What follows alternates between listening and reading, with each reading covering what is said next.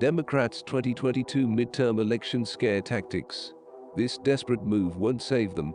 Democrats are beginning to really worry about the 2022 elections. And they should. President Joe Biden's approval rating is collapsing. Vice President Kamala Harris's ratings are even worse. The top three Democrat House leaders are so old their collective age would reach back to 1777, before the U.S. Constitution was written. Senate Democratic leadership has almost nothing to show for its efforts. So, November is starting to look like a disaster for the Democrats. Hillary Clinton has argued that it is all a messaging problem. Of course, her husband lost 53 seats and control of the House to Republicans for the first time in 40 years in his first off-year election.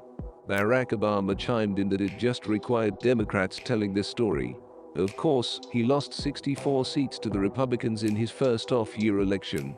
If or when Biden loses just 5 seats, less than 10% of the losses in 1994 and 2010, he faces Speaker Kevin McCarthy of California and an ardent Republican House. The odds are that the House Republicans will gain 25 to 70 seats as the voter tsunami builds in response to the economic, cultural and practical pain created by the Democrats' policies. Fox News reported on the scare tactic the Democrats think they will be forced into. The only solutions that will alleviate the various crises Biden is overseeing would be the equivalent of ideological suicide. Heilemann said inflation is psychologically the most devastating thing politically, and said the key to mitigating losses, according to the strategy, was to make Donald Trump the face of the Republican Party and then harangue attacks against him as an undemocratic force in U.S. politics. They have to scare the crap out of the Democratic base and get them to come out, Heilemann said. The Democrats can't motivate them on the basis of hope or the pocketbooks or any of these accomplishments. They have to scare the crap out of them.